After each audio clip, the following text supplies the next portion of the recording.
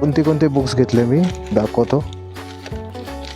ही वाली एक बुक घेतली, what it takes to free. Second one, build an epic career. ही आहे हम्पी रिलेटेड बुक्स. ही विजयनगराचे शिल्पकाव्य आणि विजयनगर हृदयस्थ साम्राज्य. आणि लास्ट आहे आयुष्याचे धडे गिरवताना, सुधा मूर्ती. एवढी शॉपिंग झाली आज माझी बुक्सची. पॅकअप करूया.